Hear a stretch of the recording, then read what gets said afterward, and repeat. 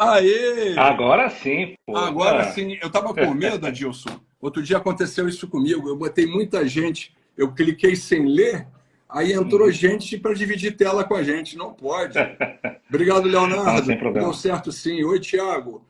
Então já são 8 horas da noite e a Vamos gente, embora. a gente vai bater um papo rápido enquanto eu apresento o meu convidado. Meu convidado é excepcionalmente importante Imagina. para tudo que eu faço na minha vida hoje em segurança.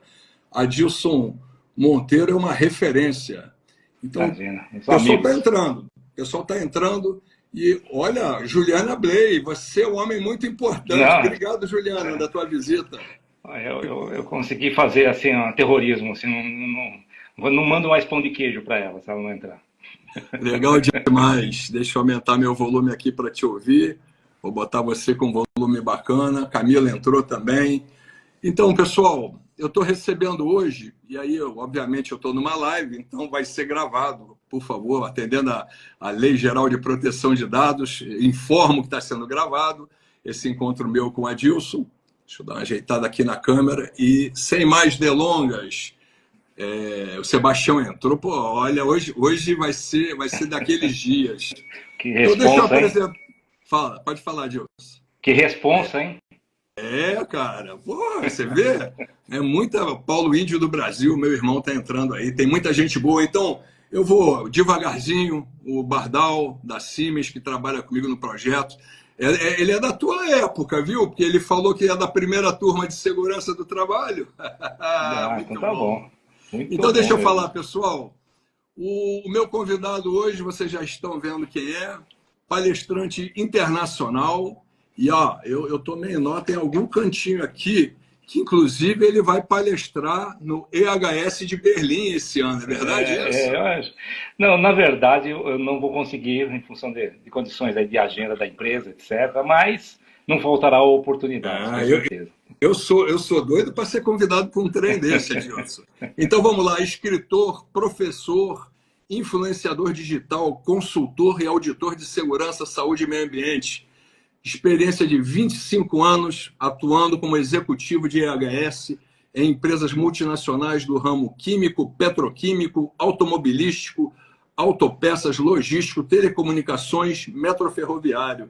Ele é engenheiro mecânico, pós-graduado em engenharia de segurança e administração de empresas, e também ele é bacharel em direito com MBA em gestão de negócios e meio ambiente.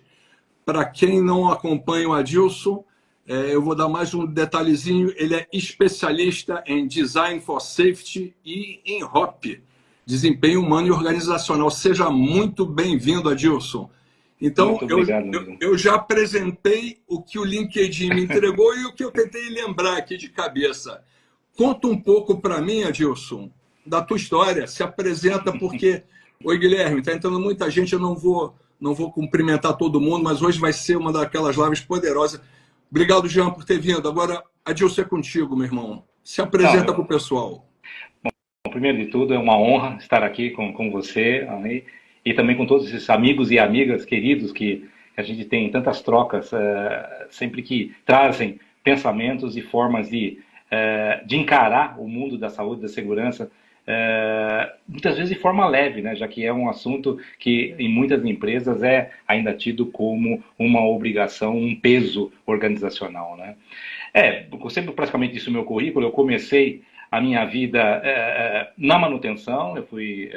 Eu comecei como supervisor de manutenção, antes mesmo de terminar a faculdade. Depois eu passei para, assim, já como gerência, rapidamente como gerência de manutenção, e passei por outras gerências, né, ao longo da minha vida nessas empresas. Passei por produção, passei por qualidade, né, passei por engenharia, né, mas me situei na segurança e nunca mais quis abandonar esse termo, porque eu me apaixonei desde o primeiro contato que eu tive. Eu comecei a fazer segurança por convite nessa indústria química petroquímica, e eu nem era engenheiro de segurança, eu era gerente de manutenção, né, e da planta.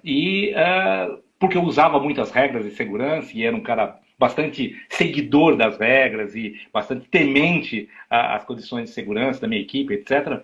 Então eu fui convidado para assumir esse cargo. Então eu assumi assim biônico. Virei do dia para a noite gerente de saúde, segurança e meio ambiente. E essa paixão me segue toda a vida, né? Mas muito interessante que nesse mundo, logo cedo eu acreditei e envolvi por ter essa flexibilidade de olhar a linha do negócio, o ciclo de vida da organização. O pensamento sistêmico já veio na minha cabeça como uma explosão, né? Então eu era meio diferenciado no setor, porque quando o pessoal estava falando de NR, na época OSHA, etc., a gente já começava a trabalhar como é que a gente podia integrar a segurança no sistema da empresa como um todo, né? E alguns me taxavam como louco, outros visionário, mas a verdade é que a cara de pau sempre foi bastante proeminente e aí acabou dando certo. Até hoje eu tenho muita felicidade. Eu, com a segurança, eu já tive condição de trabalhar em mais de 10 países, 3 continentes, conhecer várias culturas. Então é uma atividade que só me trouxe alegria e muito desejo de continuar nela, de continuar evoluindo nesse caminho aí. Então esse é o Adilson, né? Muito legal, Adilson. Então eu tenho minha esposa, a Sueli, há mais de 32 anos casados com ela. Tenho a minha filha, a Isis, que vai fazer 21 anos agora, está fazendo direito. Então essa é o meu petit comitê do lar. Legal. Eu aqui no canal estou muito honrado com a tua presença. Eu sei o quanto você é requisitado e você prestigiar todo mundo que veio aqui para te ver, veio aqui para ver o nosso bate-papo, mas veio para te ver, né? E aí eu não vou ter mais muitas delongas, não. Eu andei navegando muito e a gente conversou esses dias, né? Alguns temas que são legais a gente abordar, ligados à nova visão, né? E aí eu queria que você tocasse num assunto primeiro que me chama muito a atenção. Eu, seguidor aí, assíduo da engenharia de resiliência, do Ron Nagel, do David Woods e tal. E eu me deparei com um texto teu bem legal no LinkedIn. Aliás, eu recomendo a todo mundo que sigam o Adilson no LinkedIn, vocês vão aprender muito. E aí você estava falando da gestão linear ou complexa na segurança. Isso é bacana. Vamos começar os trabalhos, porque existe um momento na nossa vida que a gente tem que fazer um divisor de águas. Não significa que eu jogo água passada fora. Não. Mas eu me dou conta que esse ambiente que nós vivemos hoje, sociotécnico, complexo, nem tudo que a gente fazia no passado, hoje na nossa realidade atual, a gente não consegue, né? Então, como é que a gente fala? Eu peguei isso também no livro do Ron Nagel, no último Sínesis, ele juntando um pouco as áreas, e eu percebi isso no teu texto, a tua preocupação de não ver a segurança como um silo, mas ver ela com afinidade com outras áreas. Me conta um pouco esse pensamento da gestão linear ou complexa na segurança. Muito bacana, viu? Obrigado aí pela referência. Acho que eu vou começar com uma frase de uma amiga que nós está aqui, que é muito querida, que é a Juliana Bley. Ela coloca uma frase que eu acho fantástica, que a gente tem que tomar cuidado para não jogar a água da bacia fora junto com o bebê, né?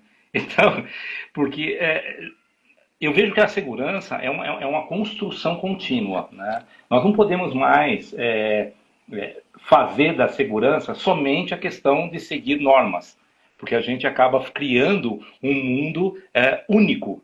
E aí o que acontece? Você, por ser único e não se conectar com a empresa, você acaba virando um apêndice. E tudo que é apêndice na vida, ele é descartável.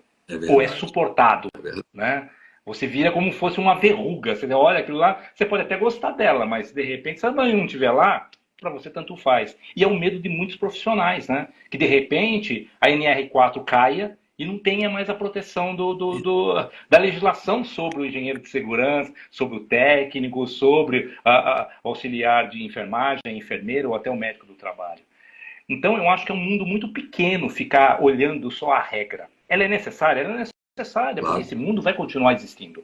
As leis vão continuar aí. Eu vou ter que receber fiscalizações do trabalho. Eu tenho que entregar documentos. Eu tenho que ter essa relação, por exemplo, numérica com os investidores. Ou seja, os chamados indicadores reativos, né? O lag indicators, eles vão continuar existindo, inclusive está em todos. Olha, até hoje eu não encontrei uma companhia que só colocou no seu relatório de sustentabilidade fatores, indicadores proativos.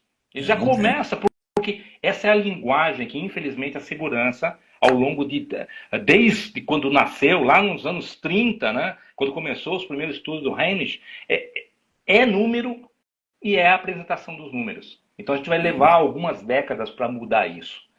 Mas quer dizer que isso é o que é a segurança? Não, muito pelo contrário. Esse é apenas um esteio, é uma base organizacional que nós temos que seguir.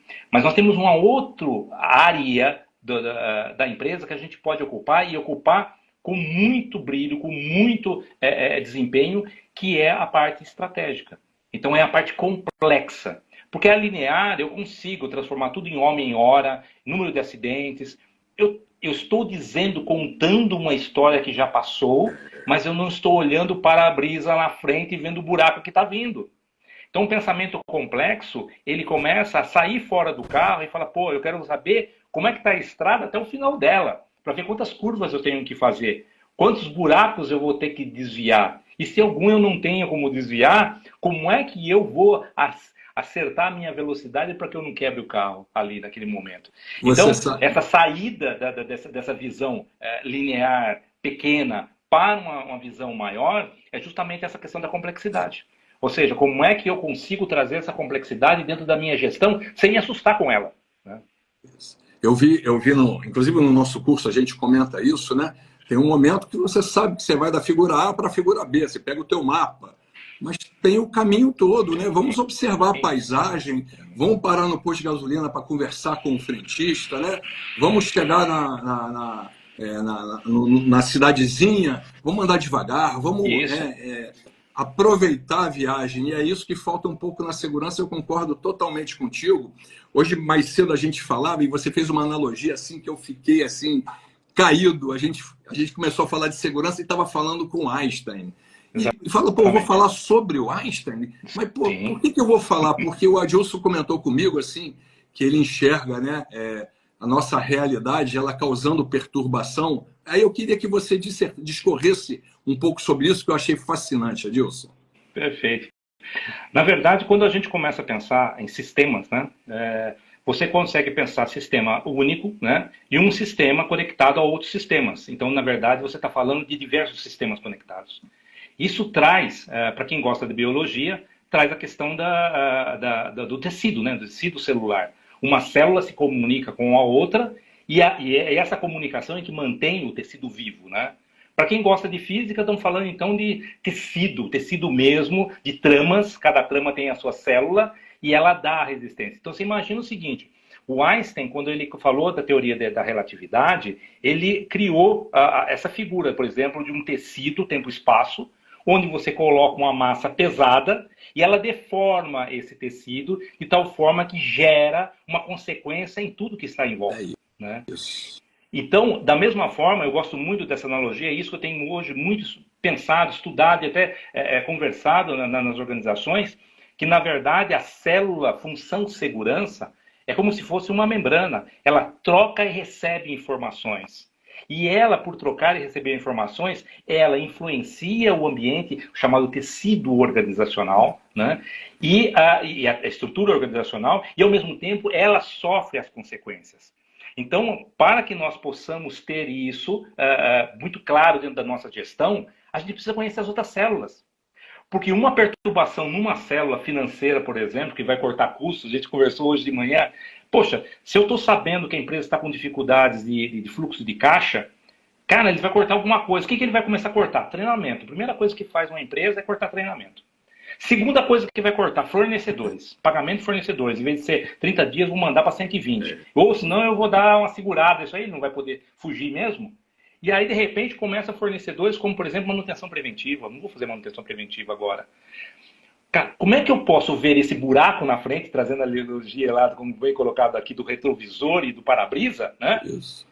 Pô, eu vou adiantar agora. O que eu posso fazer agora para, mesmo sem essa manutenção preventiva, garantir que aquele equipamento vai funcionar? Mas eu só posso fazer isso se eu tiver essa informação lá na frente. E não vai vir de graça. É isso. Eu tenho que ter minha rede de comunicação, as chamadas pontes de relacionamento com as outras áreas, para que eu cumpra essa função celular de receber e dar informação e ajudar também as outras células, né? Eu comentava contigo hoje, que concordo plenamente, eu acho que a prevenção ela não é só da segurança na organização, né? Com os acoplamentos que a gente está falando, a prevenção é de todo mundo. Eu tenho muita felicidade de estar trabalhando numa empresa em que a gente tem essa ponte. Eu vou lá no suprimento, participo da reunião, a gente adotou o Lean Construction e eu falei, cara, peguei uma ponte maravilhosa, Lean Construction com Safety. Então eu vou saber o que está acontecendo daqui a 6 semanas. É o que você fala, não basta ler a norma, você tem que participar da reunião, Sim. você tem que sim interagir com isso mesmo. Antes de eu falar para a próxima pergunta, acho que essa aqui a gente mandou muito bem. Juliana Bley entrou, te mandou um abraço. Cristiane Lage mandou um abraço. Então, tem muita gente aqui, o Tomás Alan Caim, a Sabrina, muita gente que veio aqui aprender. Então, esse papo aí é muito interessante. E a gente fez uma chamada, né, da segurança operacional e a segurança estratégica, que é o grande assunto que a gente vai abordar hoje. E você tratou isso no LinkedIn, chamando assim o velho e o novo da segurança, né? Isso. E aí, eu vou deixar você falar, obviamente, mas pegando esse gancho que você acabou de falar, o cara da segurança, ele tem que conhecer o do negócio. Eu te dou um exemplo. Hoje, eu tenho reuniões toda sexta-feira com a direção do meu projeto, e o primeiro item que ele fala lá, e o pessoal da segurança vai ficar chateado, fala, pô, ele não começa por segurança? Não, ele começa por segurança na hora que eu tenho algo relevante para falar. Porque se eu não tenho nada relevante para falar, ele vai falar do negócio, do futuro, das perspectivas do negócio. Então eu queria que você contasse um negócio para mim, como é que você vê o segurança hoje, além das NRs, como é que ele pode ajudar a organização do operacional para o estratégico? Vamos lá. Acho que duas coisas. Uma das coisas que eu tenho visto nas empresas que acaba consumindo muito tempo da segurança é justamente toda a burocracia, nem sempre efetiva, mas necessária, que nós temos que fazê-lo, né? Então, acho que a primeira estratégia que a gente tem que tomar é fazer uma análise crítica do nosso sistema de gestão, do que agrega valor, né? No Lean Manufacturing você tem o Value Stream Mapping, né? Você vai olhar toda a sequência do teu processo, vai ver quais são as chaves de sucesso para o teu processo. E algumas que não têm valor nenhum. Ou você terceiriza, ou você elimina. Na segurança você faz a mesma coisa. Você faz um VCM da segurança e fala assim, olha, pode até algumas pessoas falar, poxa, mas você tá louco. Mas, eu, por exemplo, eu tenho que ter um PGR. O teu sistema não precisa ser PGR, eu não preciso ter, mas a lei pede. Então o que eu faço? Eu contrato uma empresa, ela faz o PGR, ou faz uma NR17, tem o papel lá para dar, para poder acabar com essa burocracia. E uso minha cabeça para cuidar do meu sistema, da forma como eu trabalho o meu sistema, como é que eu posso influenciar ele para que ele possa ter qualidade. Então, também utilizar os seus recursos com inteligência e não sucumbir na necessidade da burocracia. A gente precisa ter a burocracia. A gente estava conversando sobre ergonomia, né?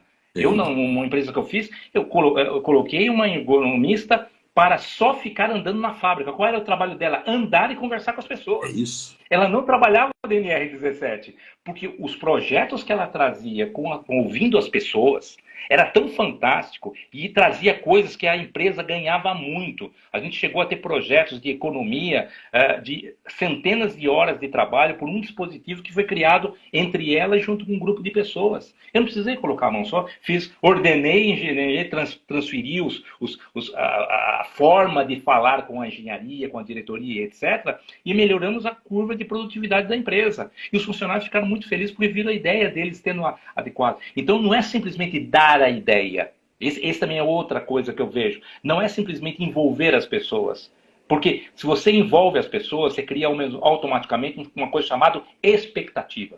Se você pergunta para uma pessoa e a pessoa dá a sua contribuição, ele fica esperando o feedback físico ou verbal daquilo que ele colocou energia. E se você não volta lá para falar, nem que está bom ou que está ruim, você perdeu essa pessoa para sempre. Porque falou assim, eu gastei o meu tempo, dei a minha atenção para você, e você simplesmente desprezou, pegou esse negócio, levou para frente, quem sabe se promoveu com ela, e não veio aqui para dizer, olha, não deu. Então você tem que estruturar a empresa para que essa questão do work as done, ele tenha motor, ele tenha energia para virar realidade ao longo da cadeia produtiva. Legal demais. Então, isso é uma coisa. A segunda coisa é, vamos olhar para fora, como eu estava falando de sistemas complexos, que eu gosto agora, até estou numa vibe de falar de sistemas ecológicos.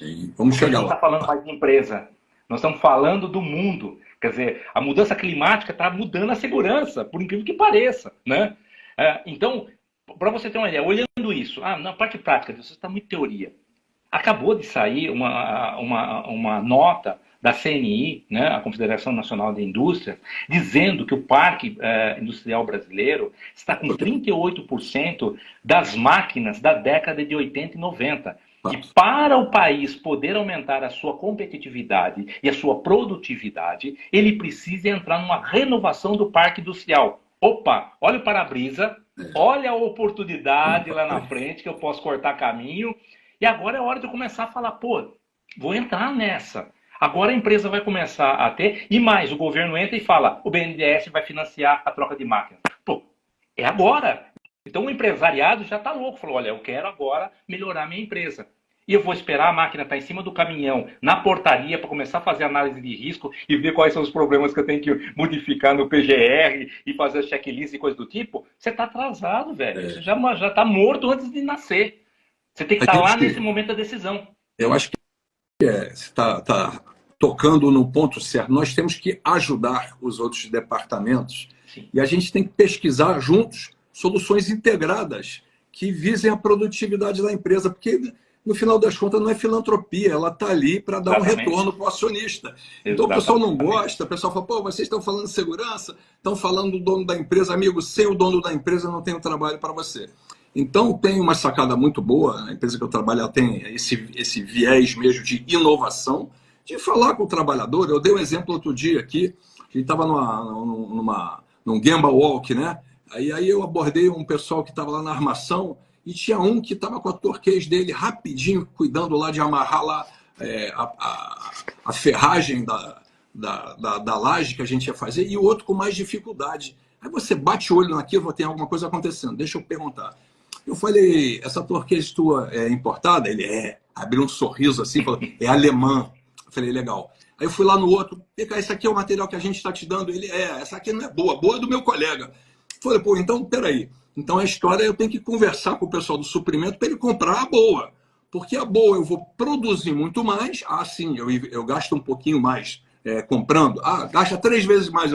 Tá bom, mas ela quebra que nem a outra? Não, não quebra. Ele produz mais, produz. Bota isso no papel, vai lá demonstrar. E aí a gente tem um negócio chamado excelência na empresa, e é bacana. As pessoas vêm com as mais variadas ideias e a gente vai avançando. Essa ideia é boa, então passa o gate 1, vai para o gate 2, e aí a gente chama níveis, né? Nível 1, nível 2, lá no nível 5 ela é aprovada. E aí rola uma premiação. Eu acho que o que você falou, achei genial, voltar para o trabalhador. Então a gente volta para o trabalhador, vem cá receber o prêmio da tua ideia, que a gente adotou, ela é muito bacana. Isso. Né? E é por aí, cara.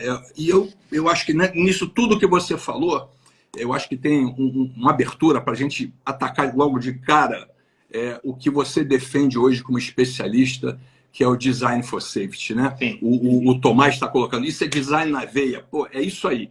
Então, a gente já faz muita coisa, dá pitaco, mas, por exemplo, nem sempre eu sou chamado para fazer o RASOP. Mas o RASOP ainda é técnico. Mas será que é só essa área técnica que a gente pode contribuir? Conta para mim, como é que você está vendo esse movimento? Eu não chamo nem de filosofia, porque isso já tem há tantos anos aqui. Estados Unidos já tem uma literatura muito boa. Mas eu queria que você discorresse, que tem muita gente que trabalha no nosso setor técnico de segurança, engenheiro, que não conhece. Conta um pouco para a gente. Então, o design, como você bem colocou, o Design for Safety, na verdade, ele nasceu de uma norma militar americana, né? ML 882, né? E ela, para você ter uma ideia, não vou estender muito na história aqui, mas ela é a base da forma como, por exemplo, a NASA e o Exército trabalham no desenvolvimento de projetos. E tem uma sequência de normativas militares que, basicamente, elas tratam do conceito já correto no seu nascimento. Para quem gosta de programas, por exemplo, eu indico um programa que é o Total Work Health da NIOSH. Na verdade, ele é recente, de 2011, e ele tem 5 pontos que vocês vão achar que realmente ninguém ouviu falar nisso. Primeiro, comprometimento da liderança. Segundo, desenho seguro no projeto. Terceiro, envolvimento e confiança dos trabalhadores. Quarto, a conformidade de sistemas. E quinto, integração de tudo isso. Legal. Esse é o programa. Muitas empresas agora nos Estados Unidos de ponta estão entrando de cabeça nesse programa. Apesar de ele ser lançado em 2011, hoje eles estão trazendo como visão estratégica do negócio em desenvolver. Então, o Design for Safe nada mais é do que uma visão sistêmica para que a gente analise o ciclo de vida do processo, do equipamento, do que você queira colocar na empresa. Quando eu falo ciclo de vida, eu estou falando construção, estou falando operação, estou falando manutenção, estou falando em modificação, estou falando em descomissionamento ou bota fora, no linguagem popular. Só que tudo isso já no momento do design. Então, no design, você tem 3 tipos de revisão. A revisão 0, 1 e 2. A revisão 0, você vai olhar a ecologia, onde eu vou colocar o meu processo. Se você vai fazer uma empresa nova, é o terreno. Olha, o meu terreno, aqui que eu vou colocar minha empresa. Eu vou analisar o entorno. Por exemplo, eu fiz um projeto numa empresa, onde a gente instalou uma fábrica, e a primeira coisa que a gente falou, a gente vai ter ônibus para as pessoas chegarem lá? Como é que está a questão dos terceiros se alimentar lá? Porque tudo isso inclui numa questão de qualidade de vida que vai refletir na segurança e na produtividade. É claro. Então, claro. A primeira coisa e uma máquina também, você vai colocar uma máquina nova, olha a ecologia do voto, como é que eu entro, como é que as peças vão chegar, como é que as peças vão sair, como é que ela vai interferir, olha a estrutura organizacional lá do Einstein, eu estou criando uma deformidade, eu estou criando uma irritação no processo, como o Lehmann disse lá, o filósofo alemão. Então, eu crio uma reverberidade, né? uma reverberência, uma frequência, como o Honegal coloca também. Ressonância. Né? Uma ressonância no sistema. Então, eu tenho que estudar essa ressonância antes. Isso. Então, essa revisão 0. Só que a primeira coisa da revisão 0, a gente começa com o quê? Missão, visão e valores e princípios da companhia. Trazendo um exemplo muito claro. Qual é a primeira coisa que uma companhia, principalmente a multinacional, coloca no seu código de ética? Respeitar as leis do país. Beleza? Quem reclama disso? Ninguém. Porque eu tenho que trabalhar no país. Peraí, mas NR não é lei? É. Então eu já tenho que, no momento do conceito, listar quais NRs eu vou seguir e vou dizer antes do projeto, dizendo, meus queridos, essas NRs têm que estar dentro do projeto. E não na hora que eu estou, depois que eu montei o edifício, falar, pô, não tem linha de vida para eu trocar telha, né? Cara, como é que eu vou fazer agora? Agora vai custar muito dinheiro. E daí existe uma coisa no design chamada too little, too late. Ou seja, é muito pequeno, mas é muito tarde, porque isso só podia ser feito no projeto. Agora lá você vai ter que aguentar. Exatamente. Então, o conceito, ele já passa esse filtro com respeito à política, à missão, valores e, principalmente, a condição como a empresa entende que ela vai ser empresa naquela localidade. Muito bem. Definido isso, eu já tenho todo o arcabouço que eu vou pensar. Agora eu vou começar a entrar no design. No design, eu vou começar a entender como eu vou traduzir o que é a empresa. Eu quero um X aumento de produtividade, eu quero uma fábrica, eu quero uma máquina, ou eu quero uma ferramenta nova, uma pequena modificação. Como é que eu vou fazer isso em operação, manutenção, melhoria, descomissionamento e construção também? Então eu vou fazer as matérias de design. Vou fazer o design de construção. Como é que eu quero fazer uma construção sem acidentes, para poder ter uma coisa adequada, gerenciamento de terceiros, etc, etc, que eu não vou entrar em detalhes, senão a gente consome todo o tempo. Depois, desenho operacional. Só que tem uma coisa que muito legal da questão do design. Você também começa a fazer, por exemplo, design de aprendizado. Como é que eu vou fazer com que essas informações do conceito cheguem até as pessoas, tanto da construção, da operação, da manutenção, da modificação e descomissionamento. Então eu começo a entender como é que a empresa aprende. porque eu tenho uma curva de aceleração desse projeto.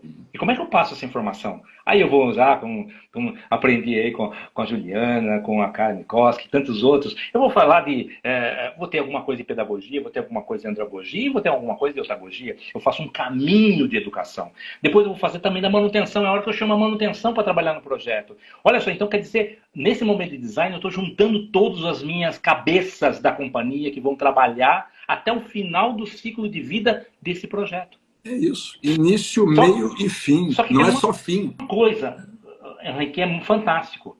Nesse momento, eu estou num ambiente chamado de CAPEX. Ou seja, eu tenho muita grana para poder fazer o projeto. E essa grana é dada. Ou seja, se eu vou fazer um projeto, sei lá, de 40 bilhões de reais, já é um projeto fechado.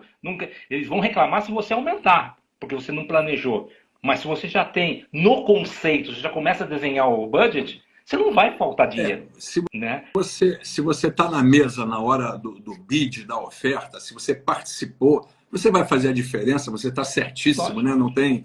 Mas teve uma coisa que você comentou comigo hoje que me chamou a atenção e eu faço questão de compartilhar com todo mundo.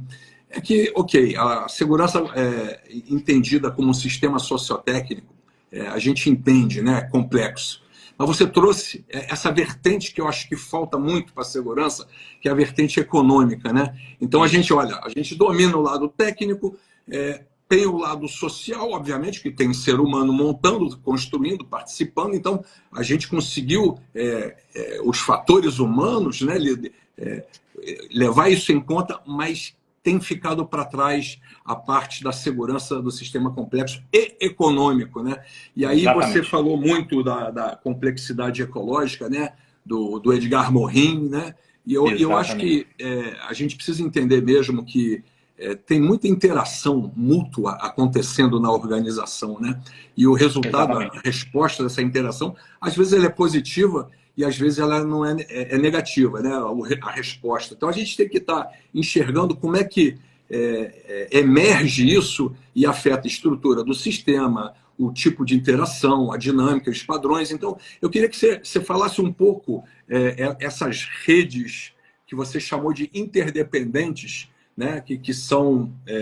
Que fazem com que a empresa tenha essa capacidade de adaptação. Eu queria que você conversasse um pouco com o pessoal aqui para eles quebrarem esse paradigma do linear. Eu não estou dizendo que eu jogo fora o linear, só que ele já não se aplica mais para tudo.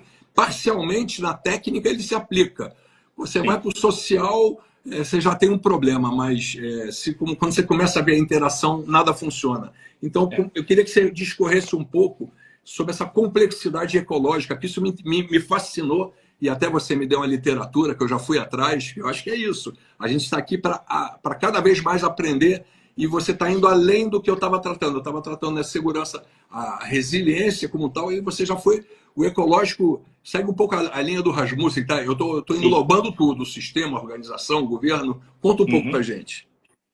Então, veja bem, a gente fala muito de um conceito chamado acoplamento. Quando você tem uma estrutura, ela, para se acoplar, ela precisa ter todos os seus sistemas que podem ser divididos ou podem ser alimentados, estudados e organizados. Sempre quando você tem um acoplamento de uma coisa que um dos elementos não funciona, na verdade isso vai ficar um ponto frágil no seu sistema. Trazendo para uma parte prática, você vai se relacionar, por exemplo, com o financeiro. É um acoplamento. Segurança com financeiro. A princípio não tem muita coisa. Não, o financeiro dar o dinheiro do budget, etc. Não. O que mais o financeiro depende da gente? Ou qual a interferência ou o que reverbera as decisões da segurança no financeiro? Por exemplo, passivo trabalhista. Sim, claro. Se eu, por exemplo, não cuidar de um processo que gera uma periculosidade ou gera uma insalubridade, eu vou ter na outra ponta do financeiro demandas jurídicas. Sim. Então, esse é o primeiro ponto de relacionamento. Eu já fiz isso muito na minha vida. Fui lá no financeiro, falei para ele, tanto financeiro como jurídico, qual é o problema que vocês têm? Pô, a gente tem uma sangria aqui danada, porque eu tenho, olha, esse produto que está sendo paste copy em tudo quanto processo, a gente está perdendo alguns milhões na empresa só de pagamento, porque a gente já perdeu a causa. Porque a gente tem um produto que é considerado organoclorado, e aí você tem aí a questão da periculosidade já confirmada. Mas peraí, esse produto é assim? Pô, vamos lá ver qual que é esse produto. Conversa com a qualidade, a outra ponte. Conversa com a operação. Podemos fazer um produto biodegradável que atende os padrões de qualidade e, ao mesmo tempo, eu consigo atender a operação em termos da sua compra, volume, etc. E retirar essa periculosidade? É uma ideia. Vamos sair ao mercado, rapidamente a história. Em 4 meses nós encontramos esse produto, implantamos esse produto, resolvemos um problema ambiental da empresa e acabamos com a periculosidade de 40 pessoas, que significou milhões, não somente com respeito às demandas trabalhistas, mas também da própria periculosidade que era paga para esse pessoal, e isso gerou investimento para a empresa. Olha, isso é um complemento. Isso serve para o RH, isso serve para marketing, você serve para vendas. Tudo isso. Isso é legal demais você falar. É legal demais você falar isso, porque senão a gente fica se limitando a botar no relatório. Aqui organoclorado tem que pagar. Né? Então a gente tem que buscar a higiene ocupacional mesmo. Não tem que pagar. Nós temos que ser parceiro, né? Business partner, né? Como dizem. Pô, eu quero que a empresa tenha mais dinheiro, porque eu vou ter mais dinheiro também como. E eu vou ser respeitado ao ponto de, quando eu tenho um desenvolvimento na empresa, eu sou chamado. Não porque eu sou a parte legal e chata do trabalho, da segurança do trabalho, mas porque eu sou um membro técnico com conhecimento que vai ajudar o negócio a tirar o melhor rendimento dele mesmo. É isso. Me traga uma conversa no idioma, na língua que eu, como empresário, eu sou acostumado a ouvir. Se você falar eu quero, eu já ouvi isso uma vez no início da minha carreira. Você está parecendo meu filho. Você bate aqui na porta e você está sempre pedindo. Aí você para pensar, ele tem razão, eu tenho que trazer alguma solução para ele. Falar assim, opa, você abriu um negócio que eu gastava tanto, agora eu parei de gastar, sobrou dinheiro. Beleza, vou te dar uma parte desse dinheiro para o teu projeto. Eu acho a ideia é muito bacana. E aí a gente é forçado a aprender sobre o negócio, né, Gilson? Não dá mais para o cara. Sem dúvida, hoje não dá mais para você sentir. Porque todo organismo, aí eu vou buscar lá o Humberto Maturana, todo organismo que é entrópico, ou seja, ele só é fechado em si, só capta energia e joga para dentro de si, chega uma hora que ele acaba sendo obsoleto, ele acaba morrendo, ele precisa trocar com o universo, com o lugar, com a sua ecologia, para ele poder ser alimentado e se adaptar também nessa ecologia, senão ele também é uma espécie em extinção. É muitas coisas que a gente faz com a segurança. A gente transforma a nossa área em uma espécie em extinção quando a gente é só tecnicista. Porque daí começa tudo. Aí você vê nas mídias todo mundo apavorado. A inteligência artificial vai tomar conta da segurança. Porque como é tudo automático, agora eu posso perguntar, né, para qualquer aparelho, olha, como é que eu faço para poder ter. Qual é o nível de luminância que eu preciso num pátio, tal. Ah lá, a Alexia vai falar para mim, eu não preciso mais do engenheiro de segurança. Eu não preciso mais do técnico de segurança. Não, ótimo, deixa a Alexia entrar. Porque me libera para eu poder olhar esse lado estratégico, e aí nenhuma inteligência artificial consegue fazer, porque eu tenho que ter um volume de informações, um volume de entendimento daquilo e de relacionamento, que a inteligência artificial até hoje não conseguiu fazer, é relacionamento entre as pessoas. Ela consegue processar grande volume de dados e fazer estruturação de coisas já montadas, de algoritmos montados. Mas o relacionamento humano é muito maior que isso. O relacionamento é confiança, é acreditar no vazio, é imaginação. E até hoje nenhum sistema ainda conseguiu imaginar como ser humano. A gente já pode até prever que dentro em breve a máquina vai estar conversando com a máquina num idioma que a gente não vai compreender. Já aconteceu isso, acho que foi no Google. O Google andou puxando, desligando algumas coisas que estava saindo de controle. Muito interessante isso. Mas eu falo, você passou, falou, mas a gente tem que entender de sociologia, a gente tem que se interessar por psicologia, não ser psicólogo, tem que contratar psicólogo, sabe? Eu tenho uma pessoa que trabalha com a gente, que ela é formada em psicologia, e ela está lá dando apoio à responsabilidade social. Tem que ter, porque a gente não pode estar perdendo essas oportunidades de saber lidar com o trabalhador, de entender o que está acontecendo. Acho brilhante. Isso vai fazer a ponte. A gente já está com 40 minutos, parece que aquela conversa de botequim, né? Estamos batendo papo aqui, tá bacana pra caramba. Mas eu queria pegar esse gancho aqui e tem mais um tema que você abordou esse mês, que eu acho que é um tema que nos toca diretamente no exercício da profissão de segurança do trabalho, né? Que é aquele historicamente preocupado em descobrir quem falhou e não descobrir o que falhou ou como falhou. Eu acho que isso aí a gente tem que aproveitar essa abordagem nossa sistêmica que a gente está falando para poder separar as coisas. Olha, se o teu modelo de causalidade é linear, então eu entendo que, né, vem desde David Hume, eu entendo a tua linha, mas essa linha não vai dar o benefício dessa visão sistêmica que a gente tem, essa linha de procurar o erro humano, quem é o responsável, está fadado mesmo ao fracasso. E a gente realmente tem que tentar explicar que a nossa filosofia de gestão é diferente. E eu queria aproveitar que você hoje também é um dos especialistas em HOP, né? Mas eu queria fazer essa conexão. Tá? Vamos sair um pouco da filosofia do desempenho humano e organizacional, mas vamos linkar com... e é a grande crítica que eu faço para os sistemas que são lineares. Quando ele me vendia o sistema de observação comportamental, tudo, eu cruzava com os acidentes, nunca batia. Por que nunca batia? Porque você não está trazendo, né, o precursor de lesão grave, fatalidade, para a conversa. Então, eu queria que você fizesse um pouco o teu entendimento, né, de como é que a gente faz essa nossa abordagem sistêmica, mas focando no que pode realmente ferir de morte a organização. Porque o acionista não vai querer, a Bolsa de Valores vai jogar a ação para baixo. Então, é óbvio que a gente não quer que ninguém se machuque. Mas como é que a gente pode fazer isso saindo daquela ferramenta linear e tendo esse entendimento sistêmico?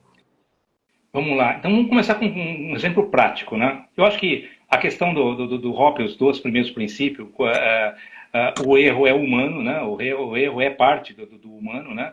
Como eu disse para você, eu não gosto do termo erro é normal, porque eu já tive discussões homéricas com diretores dizendo, e eles falaram, e tem toda a razão, eu não pago, erro para mim não é normal, porque eu não pago erro, eu pago acerto. Então, agora, eu entendo que o erro é uma variável do sistema e o que eu tenho que levar em conta. É isso que eu preciso de você, que você entenda isso. Mas não aceite que o erro é normal. Então, para mim, o erro é humano. Então, para mim, já ficou mais fácil. Não é tolerável, né? Não é isso. Não é tolerável. Não. Você faz uma curva de Gauss, o erro é lá o primeiro, 1 sigma, né? Eu quero 6 sigma. Então, cara, então não dá para discutir com esses caras falando com esse papinho, porque você sai do buraco da fechadura. Né? Filosofia não vai funcionar. E o segundo, punir não resolve nada, né? Bom, o exemplo prático disso. Qual é a primeira coisa que esses dois fatores pesam bastante na vida do dia a dia da segurança? Quando acontece um acidente, você tem que entrevistar o acidentado, né? É a primeira coisa. Aconteceu um acidente, tudo aquilo. Chama-o com o acidentado para a gente conversar, porque eu preciso entender. Aí nasce o erro, aí nasce a culpabilidade. Ou seja, o primeiro momento em contato com essa pessoa que acidentou é um momento de acolhimento, não é um momento de questionamento. Então, para mim, eu começo, agora, sempre pratiquei essa forma já há um bom tempo. Quando eu vou conversar com uma pessoa que está acidentada, primeira coisa, eu pergunto para ela, olhando nos olhos, você está bem? Você está precisando de alguma coisa? Como é que você está? Não me interessa o que aconteceu. Se você precisa de alguma coisa que eu possa te ajudar. Segundo, eu quero te pedir desculpa, que o meu processo te machucou. E terceiro, eu quero te convidar, pela sua expertise, infelizmente, da dor que você sentiu, eu não posso reproduzir, mas você pode me ajudar a que o outro colega não tenha a mesma dor. Eu estou te convidando para participar desse processo. E terceiro, está à sua disposição. Se você não se sente à vontade para falar, não tem problema, meu amigo. Eu vou educar, eu vou olhar o processo, vou ver o que eu posso, mas a tua ajuda com certeza será fantástica. Nenhuma delas foi recusado a ajuda. E melhor ainda, essa pessoa é o meu consultor, o meu melhor consultor daquele acidente. Isso. E ele vai me dar informação e ajuda. E eu não estou olhando para ele como culpado e não estou olhando ele como punição. Eu tive um caso, por exemplo, um acidente, onde um operador de ponte rolante, duas pontes rolantes, trabalham em tandem, quer dizer, uma gêmea da outra, para levantar carga extremamente pesada, e tem um controle remoto que tem um botãozinho, ponte A, ponte B e ponte AB. Ele errou, ele botou na ponte AB para descarregar um caminhão. Então ele estava com a ponte numa extremidade do edifício, descarregando o caminhão, e a outra ponte estava na outra extremidade, no meio da galera, que nem um cavalo doido, andando que nem um fantasma, porque ela estava copiando os movimentos da outra, né? Segurança tradicional, chama esse cara. Como é que você me faz um negócio desse? Você tem 10 anos de experiência em movimentação de ponte rolante, você sabe desse controle remoto, você sabe de tudo. Como é que você errou? Cara, você vai fazer reciclagem de NR35, você vai fazer reciclagem de NR11, você vai fazer um monte de reciclagem e vai assinar aqui um termo. O que o sistema aprendeu? O que eu preveni o processo? Aí, olhando para o sistema ecológico, como esse cara vai reportar a organização perante aos seus? Puta, eu fui lá e me ferrei, cara. Puta, eu ouvi um monte, cara. Tô destruído. Ele vai passar esse sentimento. Segurança moderna, baseada na humanização, baseada em princípios HOP. Cara, aconteceu isso, está tudo bem, não tem problema. Eu quero saber se você pode nos ajudar a ter uma ideia para que ninguém mais faça esse erro. E o cara virou para mim e falou assim, Adilson, é muito simples. Cara, separa os controles remotos. Põe um para ponte A, um para ponte B e uma ponte para AB, em 3 lugares separados, em caixinhas separadas, e a gente vai lá e vai junto a uma ordem de serviço, a gente pega ou controle A, ou controle B, ou controle AB. Gastamos 40 mil reais, separamos os controles e temos certeza hoje que vai ser muito difícil. E ele saiu dali reverberando para a equipe, falou, cara, eu participei de um projeto, tive um acidente, mas foi a melhor coisa para mim, melhorou minha qualidade de vida, os caras me ouviram, me respeitaram, eu estou muito feliz com a companhia. Olha a diferença. Eu queria compartilhar contigo, todo mundo já passou por situações semelhantes. Alguns anos atrás, eu fui chamado, já estava em casa, preparando para deitar com minha esposa, meu supervisor me liga e falou assim, Henri, o guindaste caiu. Oi? Guindaste caiu? Eu falei, tem alguém debaixo? Ele, não sei. A gente ainda está contando as pessoas. Olha, imagina a cena. A gente vai para lá, graças a Deus ninguém morreu, o guindaste realmente tombou. E aí eu vejo o rapaz exatamente nessa situação que você falou, ele estava na enfermaria, se tremia todo quando eu cheguei. Sim. Aí a gente conversou, abraçou ele e tal. Falei assim, deixa eu cuidar do assunto lá, que é premente, eu tenho um guindaste deitado, que eu vou ter que fatiar e ele ir embora no caminhão, que é uma senhora imagem. Só reduzindo a história, esse rapaz, a gente tinha 2 projetos, a gente transferiu ele para outro projeto, mas não o demitimos, transferimos ele. E a história que a gente remete é o seguinte, pô, você não mandou o cara embora? Eu falei, não, por que eu vou mandar o cara embora? Porque a gente investigou, e aí isso foi a minha defesa de dissertação de mestrado, a ressonância no sistema, o que tinha provocado, simplesmente a companhia tinha comprado um guindaste de 1.000 toneladas e pegou o nosso operador de 750 e botou no de 1.000.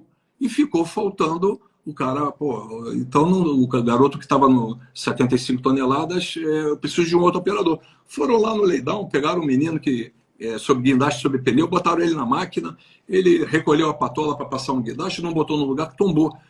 Cara, isso faz dele mal profissional? Não faz nada, cara. Muito improviso na rotina da empresa. Mantive o cara, aí um dia eu estou passando uma visita guiada com o presidente, e o garoto acena para mim, você conhece todo mundo? Não, esse é o garoto que derrubou o guindaste da nossa obra. O pessoal regalou o olho, mas como assim? Não, mas o problema não estava ali, o problema estava na organização. Então, eu queria que você citasse um exemplo que uma vez você me contou, o exemplo da Caixa. Eu não citei o lugar onde você está trabalhando, que eu não sei se eu posso ou não, mas dá um exemplo que você me falou sobre a preocupação que a gente tem, a reação nossa quando acontece alguma coisa, de botar a mão, a porta está fechando com o vento, eu vou lá botar a mão. Conta um pouco para mim, porque remete essa visão diferente que a gente tem do problema. Conta para a gente aí. Porque muitos dos acidentes, se você for analisar, principalmente acidentes que têm ferimentos, né, é pela recuperação do erro do que necessariamente pelo próprio erro, né? É a história de você escapar alguma coisa da mão e você tentar apoiar o pé embaixo, porque você coloca na sua cabeça que o bem é mais importante que você mesmo, né? Outro dia eu estava vendo aí uma pessoa estava saindo de um prédio, né? Não sei se foi no Instagram ou no Facebook, e a pessoa parou o carro, era uma rampa de descida, né? Declive do condomínio. E ele parou o carro e o portão era manual, o motor quebrou, não sei, alguma coisa. Então ele desceu do carro, foi abrir o portão e, logicamente, ou o freio falhou, ou não puxou o freio de mão, aquele carro automático, começou a descer. O que ele fez? Ele tentou parar o carro com o corpo, se jogando na frente do carro para travar. Aí você fala, pô, mas aquele negócio, o bem para ele é mais valorizado pelo todo histórico do bem, de bater, etc., que a própria vida dele. Então, na empresa que eu trabalho, a gente tem a gente testa e a gente pratica isso, que é o deixa cair. Porque você vai pegar um bem valioso, por exemplo, um laptop, né? E vai transferir de uma esteira para outra, né? E de repente escapa por algum motivo. Como aquilo depende do seu emprego, que alguém pode criticar se fosse uma estrutura tradicional, você vai tentar o quê? Ou tentar botar a mão, que vai bater na estrutura, vai se machucar, ou colocar o pé, ou vai fazer alguma coisa. E a gente fala, não, deixa cair, todo mundo bate palma. Porque o que é importante é você, não é o bem. O bem a gente consegue consertar, você não. Você é muito importante pra gente, então deixa cair. E aí, quando cair, a gente afasta, se não tiver nenhum problema, caco ou coisa do tipo, aí ordenadamente a gente pega, leva para um outro setor, analisa se teve dano ou não, mas você, como pessoa, fez o certo. Deixa cair. Ou seja, a gente coloca já cognitivamente na cabeça da pessoa que o bem-estar dele é o mais importante para a empresa e não as coisas.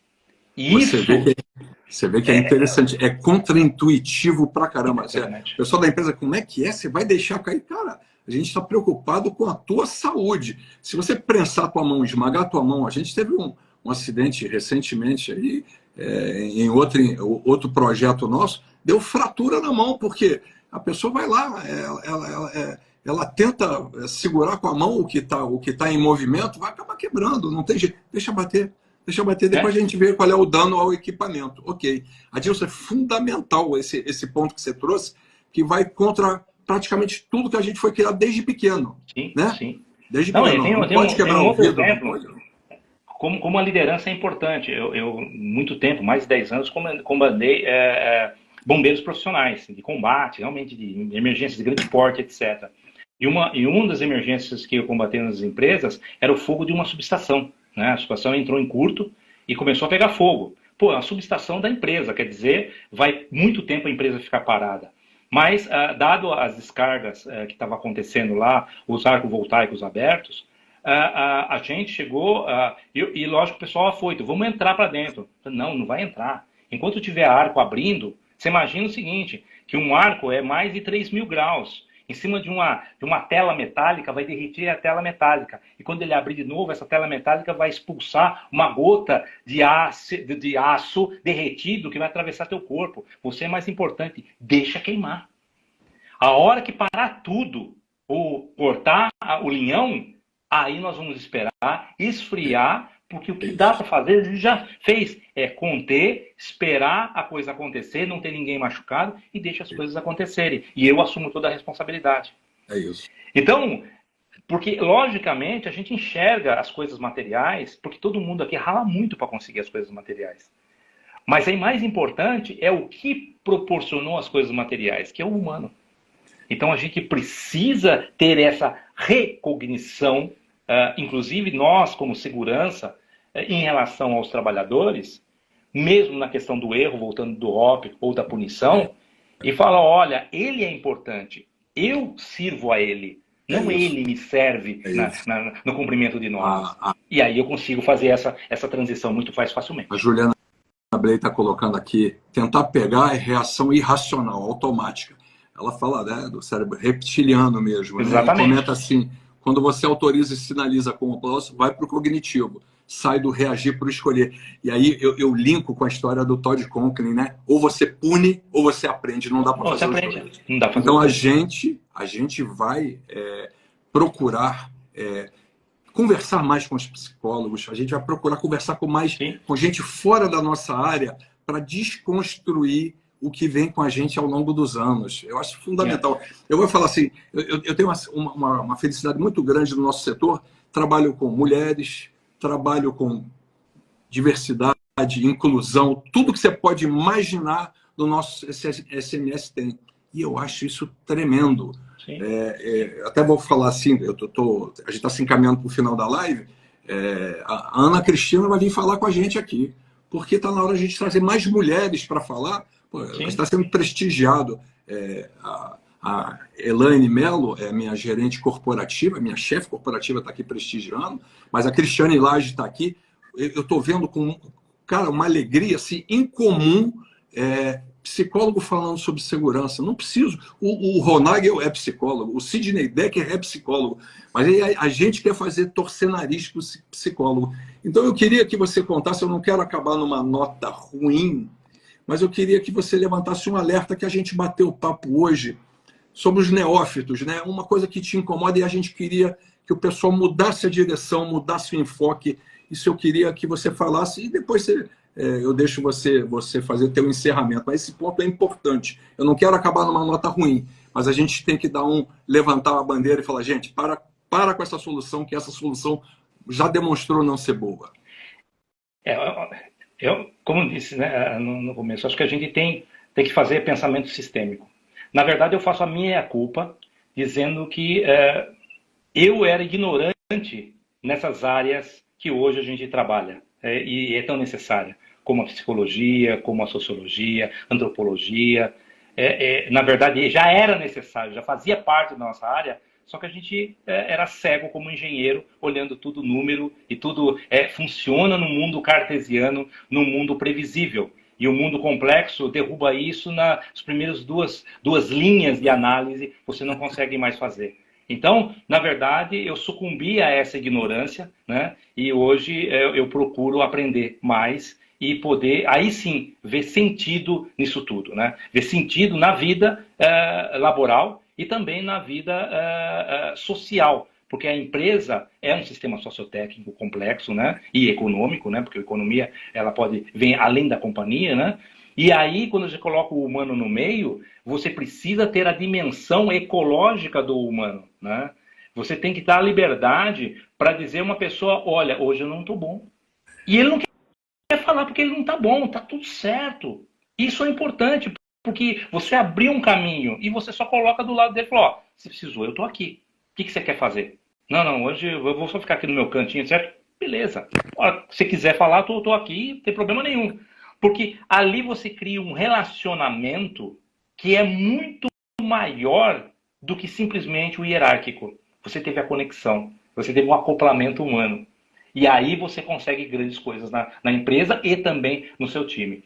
Então, voltando à sua pergunta, eu fico preocupado às vezes quando as pessoas começam... É muito gostoso ver o novo.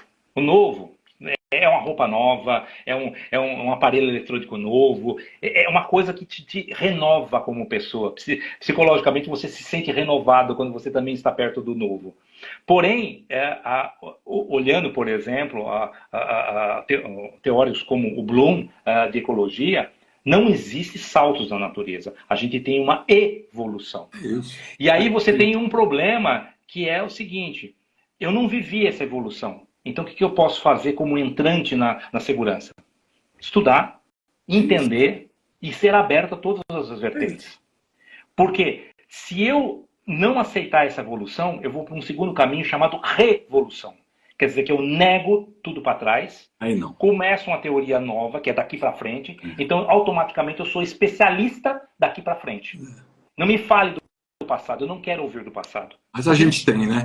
A gente tem que... O passado nos define. Eu fico preocupado com isso, porque eu vejo muita gente entrando na profissão e é importante passar esse lado que ele não está fazendo coisa errada. Pô, eu estou ainda com placa de... Qual o problema das placas? Está tudo certo. É um processo de evolução, ela cai naturalmente. Eu não preciso derrubar ele com machadada e com fogo de artifício.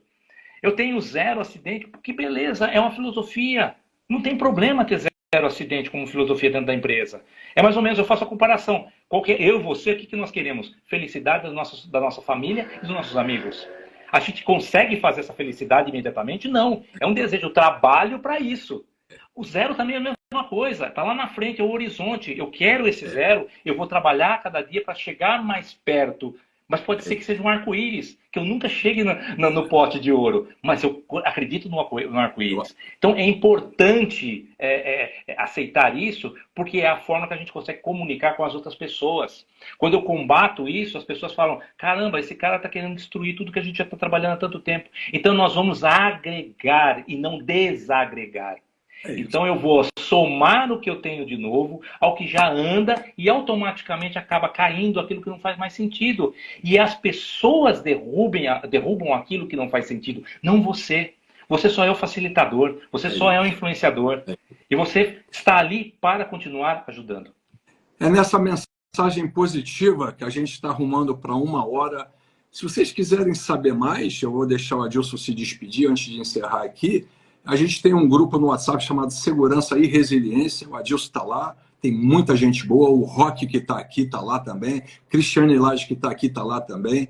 Cara, eu convido vocês a se juntar, tem uma troca de ideia muito boa.